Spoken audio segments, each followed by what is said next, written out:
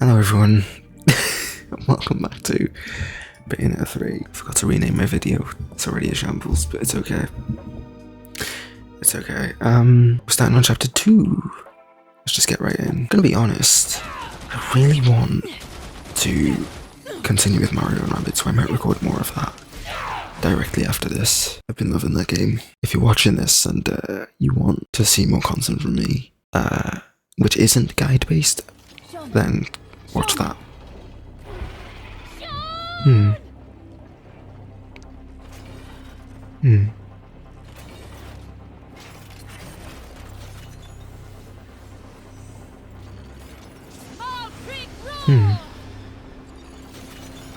Bewitchment.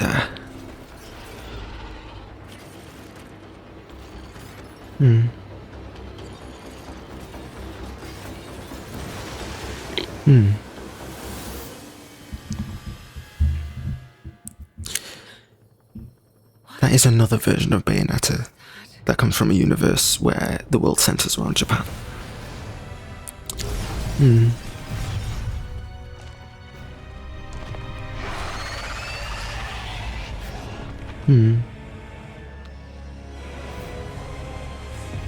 Phantasmorania. I fucked up. Phantasmorania, Spinner of Flame.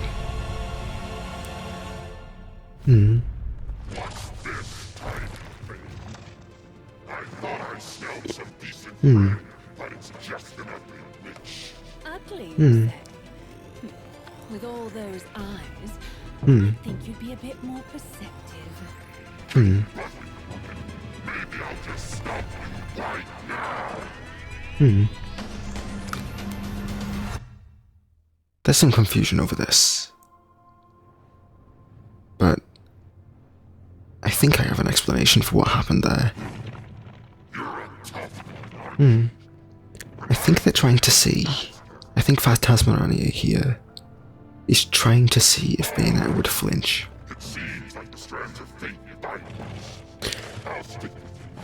And if she didn't flinch, then he would grow a pact with her. He wouldn't have actually hurt her. The in-game descriptions for Phantasmorania describe them as being gentle giants. There's an angel verse over there, so we're going to ignore it promptly and we're going to come over here. And then we're going to do the angel verse because that is a record that will give you some music in the gallery to listen to. Anyway. Yeah, oh, I didn't mean to do that. The in-game lore books for Phantasmorania say that they are like gentle giants, so it would be against what is written about them lore-wise for them to just attack unprovoked like that. So he was just testing how she would flinch, I think. I don't think there would have been a battle scene in there where we have to fight Phantasmorania, like people seem to think there would be. Although I can understand exactly why people think that. Yeah. Some of the later ones I do agree with, though. There should have been a fight before we got the pack with them, but I guess they just didn't want to do that. We're now going to go to this train.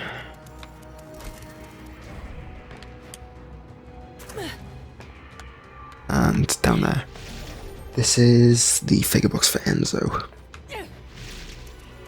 I think, yeah, that's all there is so far. We're just going to come this way. I did finish the techniques for Color My World between episodes, so I now have the full mood for that. Which you may have seen already, but yeah.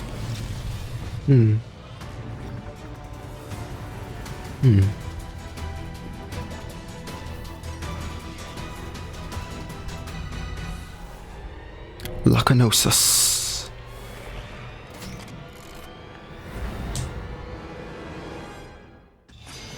These are very weak enemies. They are literally nothing. I just got the torture attack by touching them with a demon. You don't really have to do much to take those down. Just hit them once with a Infernal. Look, just got another one. I'm gonna switch to Gamora, actually. Not Gamora, Phantasmarani, because Phantasmarani is one of my favourite demons in this game. Especially the early game. We don't get another good one for quite a bit. The next good one we get is quite a few chapters down the line, so... Though there is some very interesting ones in the way of that. Okay. So first of all, we're coming over here, and there is that chest there, which looks impossible to reach. You just get it with Phantasmarani's wall crawl, and you get a witch hat for that. A broken witch hat, so that completes a full witch hat. And then we go to the crow, which is right here. Okay. The recommendation for getting that involves using this, which I'm going to follow.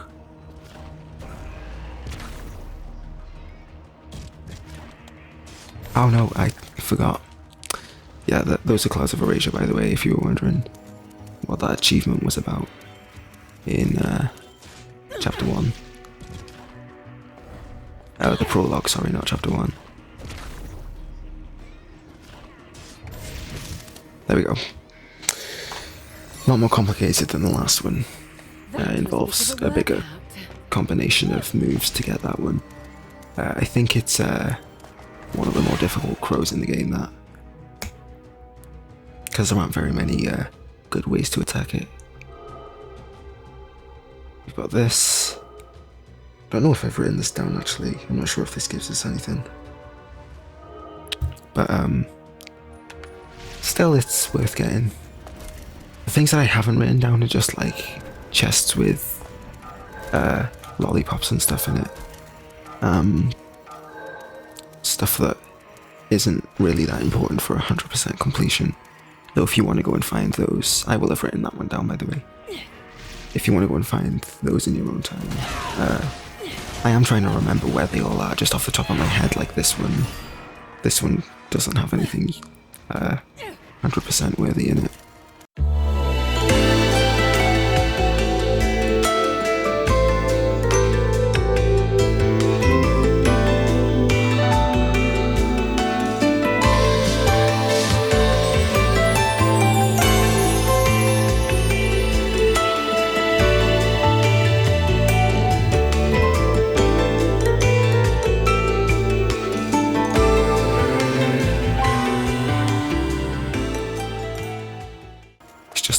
Another lollipop. But I think there's more in this building. No, not really. We can get a bewitchment here by scaring all these cats 5 times using an infernal, 3 times. And we can get the cat here as well, which is best done by tapping R twice with Demon Masquerade. That is a thing that you can unlock on the skill tree. Over here there is a card pack, and there's another bewitchment in this area that you get by looking at that screen, but it's actually broken, so I don't think it'll work. Yeah, if you stare at that screen for a little bit, MC Enzo show will pop up, and that gives you a bewitchment all by itself. You can step up here and you will find a Niflheim, which teaches you stuff about Phantasmarani.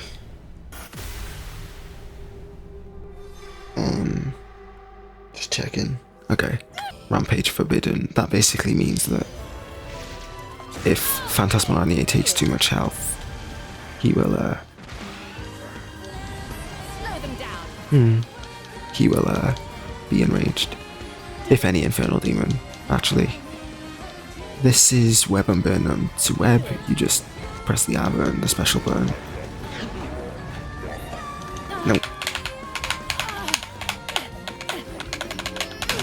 Come on. So to Web, you just do that, and then to Burn, you just... To Burn, you just attack with the punch button.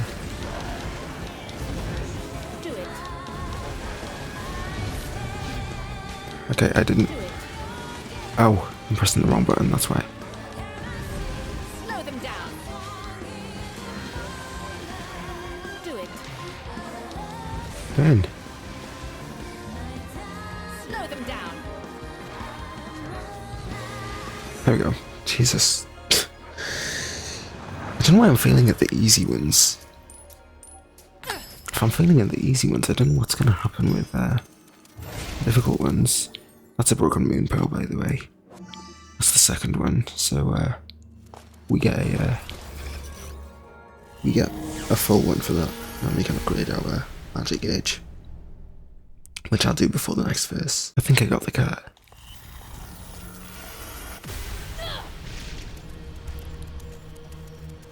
Yeah, let's see. Did I get the cat?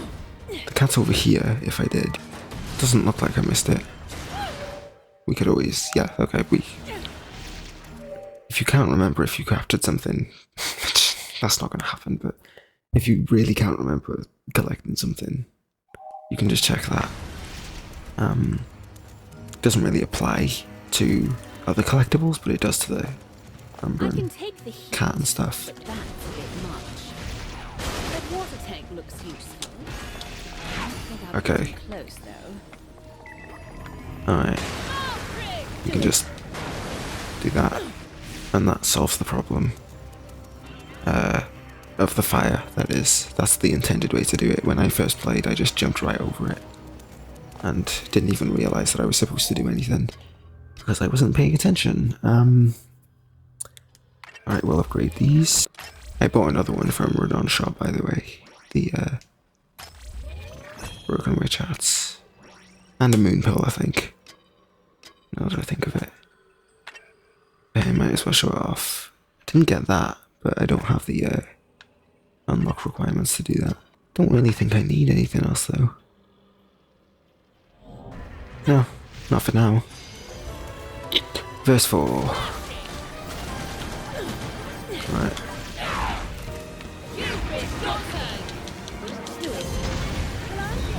Alright. There we go. Bosh.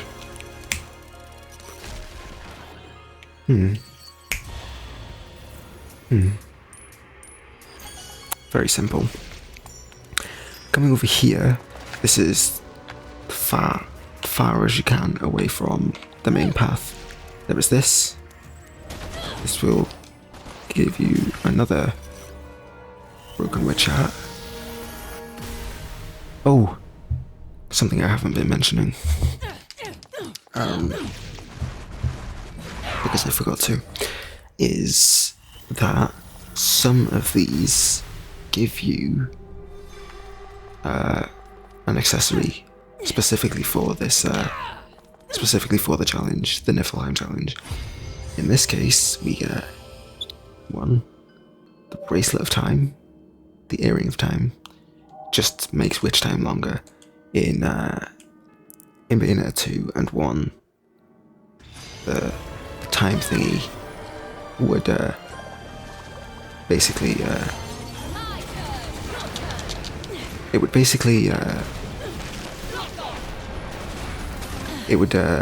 make witch time possible by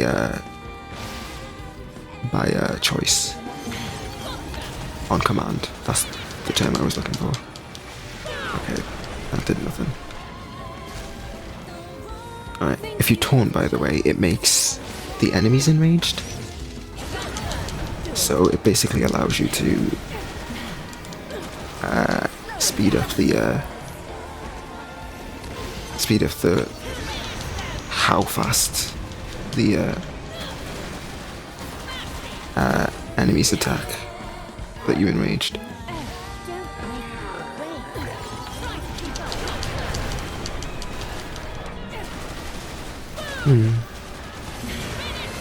Okay.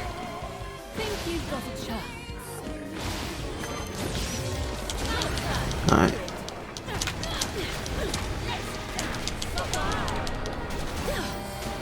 Alright.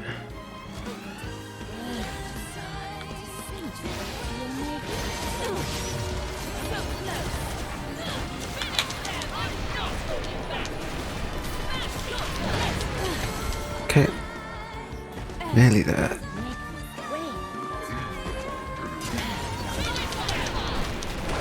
There we go. Those ones were a bit annoying. Those are only witch time damage, but hey, it's okay.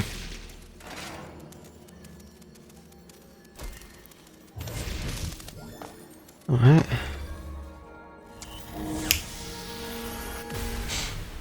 Okay.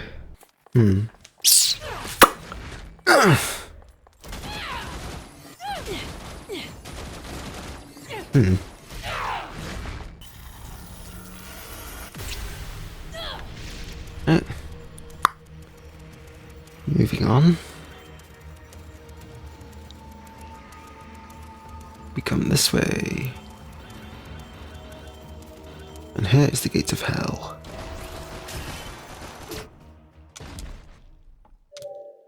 We might as well just skip the cutscene every time we come here. Here. I can't afford any of that. I won't need any of that, I don't think. Days of Despair. Lofty office statue. We'll be getting that. Because it's the I am of this world. This chapter. Okay.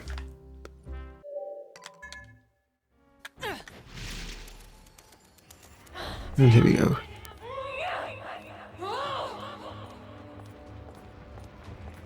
That voice.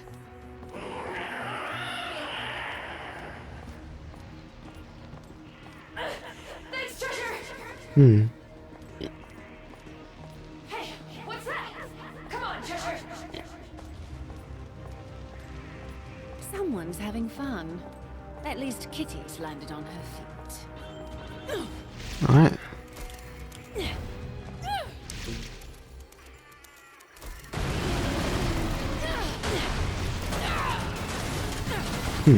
This is the enemy from the helipad. Asperatus.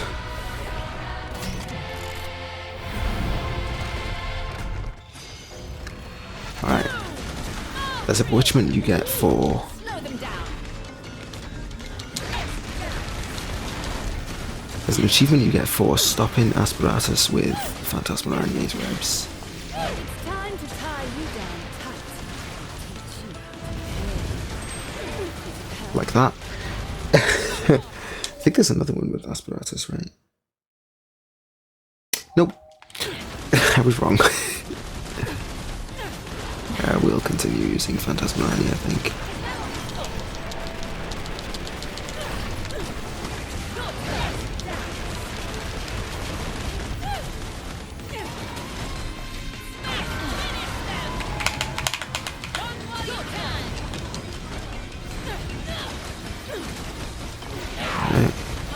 Okay.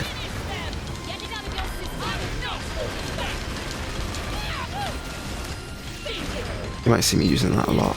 I would use the spinning punches there as like a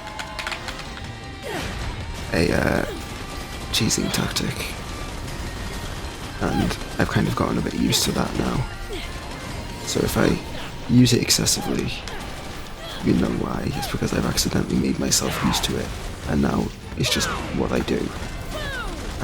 But I will try and do normal combos.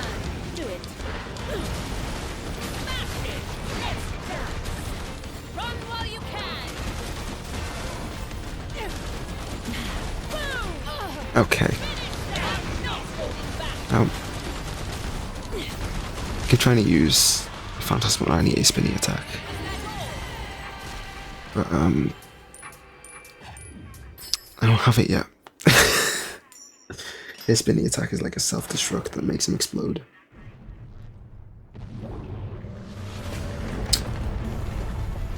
This window. Sorry. I've been texted by a weird guy.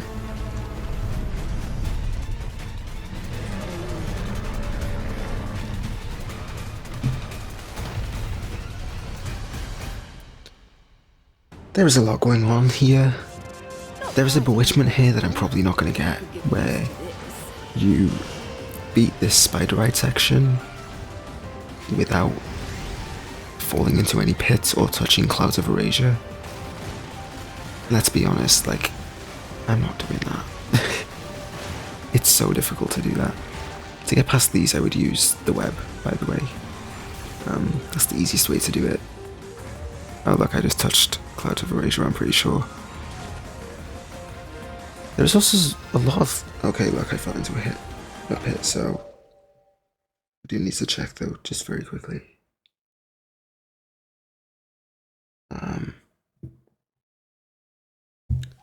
Yeah. There's a building with a helipad I'm looking for here, which is... somewhere. It's over there. Okay, oh my god. This section is a bit junky. Oh, and if falling into a pit wasn't enough. Where are we going? I've played this so many times. Wait. Oh my god. Almost. This section sucks. Okay, that works, I guess. Sure. It's also a bit framey, I've come to realise. No. Get on there. Get the chest. This bit sucks. It's so bad. It's atrocious, like... You can be critical of this game for many things, sure, whatever. They're all opinions. The only one that's a fact is this. This section is just junky and atrocious. Tragic. Okay, there's another Bewitchment around here on this section that you get by running down this side of the road. That's the torture attack animation, by the way. They still play it even though you can't use torture attacks while riding a demon. So, yeah. This is the secret path. I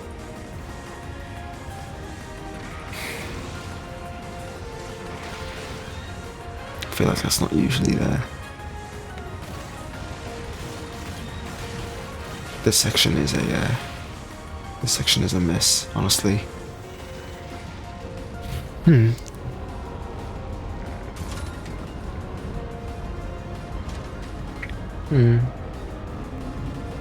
Impressive artistry from the killing machine.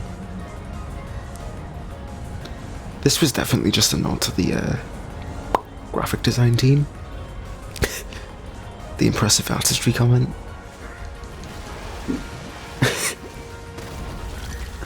It's very clear.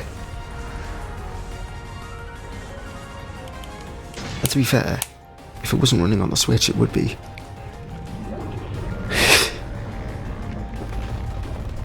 No, it still is, but the Switch makes it look a lot less impressive than it is, unfortunately. That's the thing, a lot of the journalist reviews of this game were overwhelmingly positive, but said that the graphics drawed it back. But I feel like that's more of a criticism of the Switch than the game. And if anything, the story draws this game back. To be honest. Okay. It's bad story writing. Not even the ending. My hot take is that there's not much about the ending of this game that I don't like. I quite like some of the bits of the ending to this game. Most of it actually, but my problems is with just the story that led to the ending and how soon the ending came. I think this game should have been the last Bayonetta game rather than the third, but that's a topic for another time, I guess.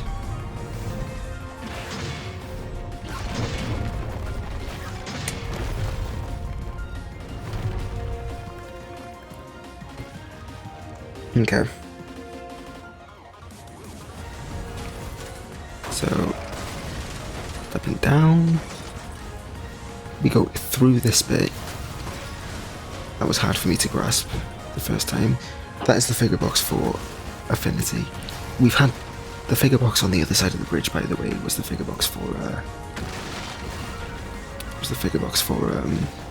another Affinity, which had a different weapon. There's multiple types of Affinity, so yeah. It's 3 Affinities, in fact.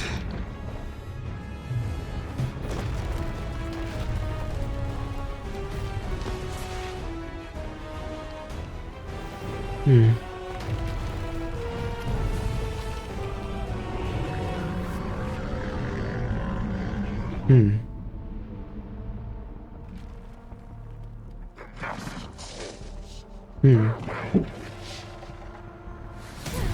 I enjoyed the ride while it lasted.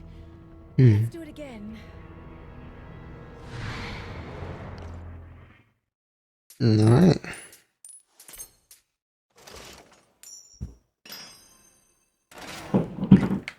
So, did I not write down? I must have. Okay, no, I did. Okay. This is what I like to call a platform chest. Because it reveals platforms that you follow.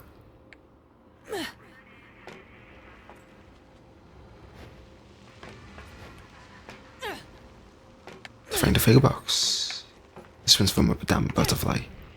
That figure box. Over here. It's a toad. Yeah.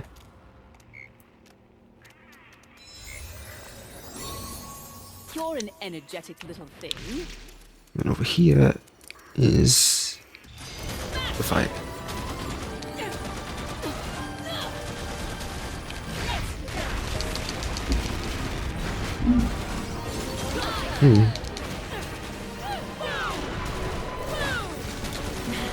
Alright. Now that we're past the first interaction with Asperatus, I'm kind of inclined to just let them split. I think they're easier that way, honestly.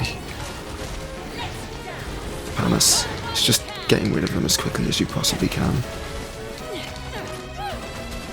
The last phase of Asperatus, we didn't see it last time, obviously, but the last split of Asperatus is just tiny Apanases which explode, like those yellow ones over there.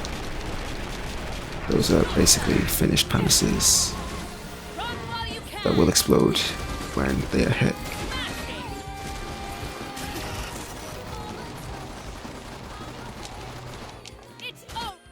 It's over.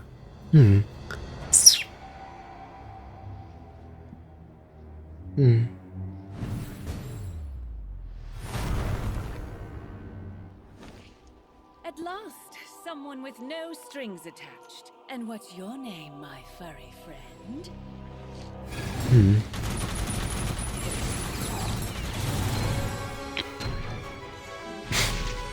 Now listen, I am not a furry. You know, I But- rather enjoyed obedience. I'll have you rolling over in no time, Spot.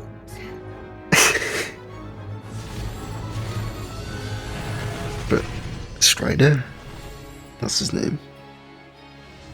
Strider can he can go to town. Alright. Just as another mention.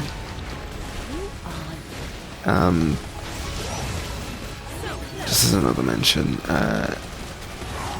Jenna, I think it's about time I mention it, because that's the first time I'm really I really have something to say about it. Is Jennifer Hill's British accent. The voice actor changed between games because of a payment dispute is the best way of putting it, even though the payment dispute came from somebody not accepting a perfectly good form of payment, but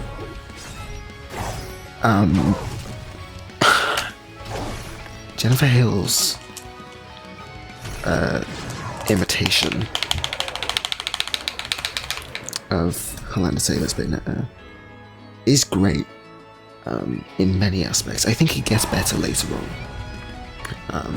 And the grunts, some of the grunts sound identical. It's like they just took grunts from the previous games and reused them, because some of them are just perfectly imitated, and it's pretty much exactly the same as the original. And there are also many voice lines which are great as well, but sometimes it feels like her answer to the British accent is to just extend the end of the last word of a sentence. Like, earlier on she said, I think it's time for a crash diet or something like that, and her answer to making it sound RP and more posh like Bayonetta's voice was to go, perhaps it's time to go on a crash diet, like that. And I feel like the Americanness of her accent is very clear sometimes, especially later on when another character that was voiced by Helena comes in and she does a voice for her. She sounds completely American and doesn't sound anything like the original, but that's for when that happens. Overall, 7 out of 10 I think, but some of it is just... some of it's like 2 out of 10, honestly, because of the non-Britishness of the voice. This is Platinum Games' office, by the way. In some of the sheets of paper you can see flying around, there is concept art for this game. You can also see the P-star symbol on one of the walls.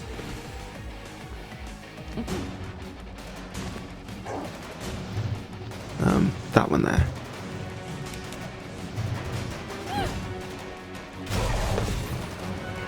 Although I don't think the actual building exists in real life, but I don't think it's the Platinum offices. Seems like you're ready for the leash.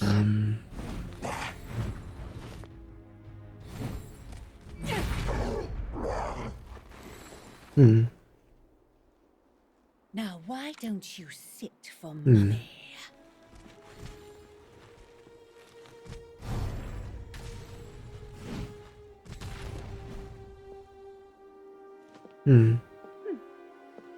Perhaps I shouldn't have rubbed his nose in it. Yeah, the building we were just fighting on does exist, but I can't remember where I saw it. No, it's not that. I know where I saw it, but I can't find it. Hideki Kamiya, the creator, he tweeted it at some point. He tweeted an image of the original building at some point, and I can't find anyone talking about it online, so I don't think it's his offices though. I think it's just a random. I think I have Last Moon. No, a witch hat. I always buy witch hats. And oh, I might as well show it off, I guess. Love is Blue.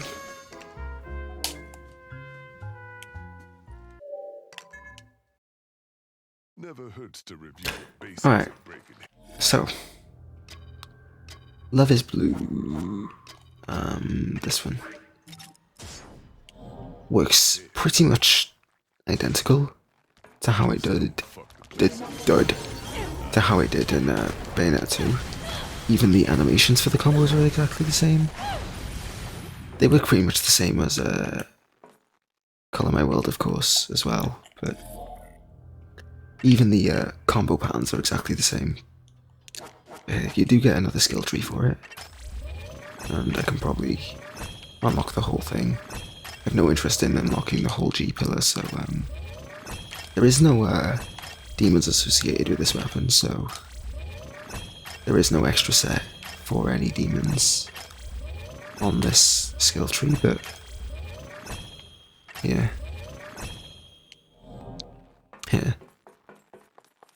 As I said when I initially covered it. Breakdance no longer exists, and you can't activate it at all. But the combos are exactly the same as they were in Bayonetta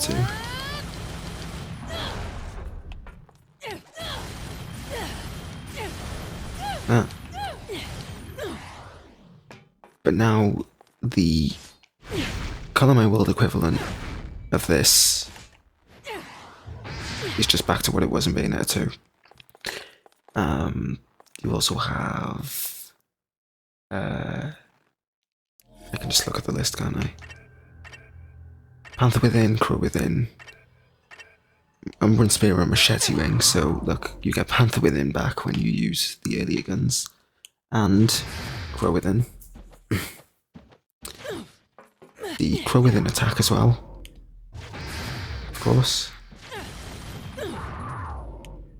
Although, oh, like that, you press Y. And Umbran Spear is back as well. Also back is, after Burner Kick, obviously, Full Moon Shoot, Heel Slide, Heel Stomp, and Heel Tornado are back. So Heel Stomp is that. And Heel Tornado is Spin and Kick. And then Rising Barrel, Witch Strike, Stiletto, and Witch Twist. So Stiletto is... oh no, this is Stiletto. On the Bayonetta 3 moveset that looks like this, because they completely replaced it. But you can get it back by using a thing. I prefer the Bayonetta 3 one anyway. And then you also have Witch Twist. So that's cool. And down here, this is just Bullet Climax and Charge Bullet. Full auto. Oh, that's already unlocked. And then Tetsu Zanko as well, of course. But unfortunately, the Junin Hyundai voice line, the Akira voice line, does not come back, which is a great shame. The idle animation for this one is just Panther Within.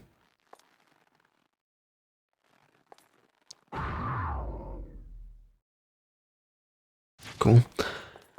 And the taunts don't change, unfortunately. Something I think is missing.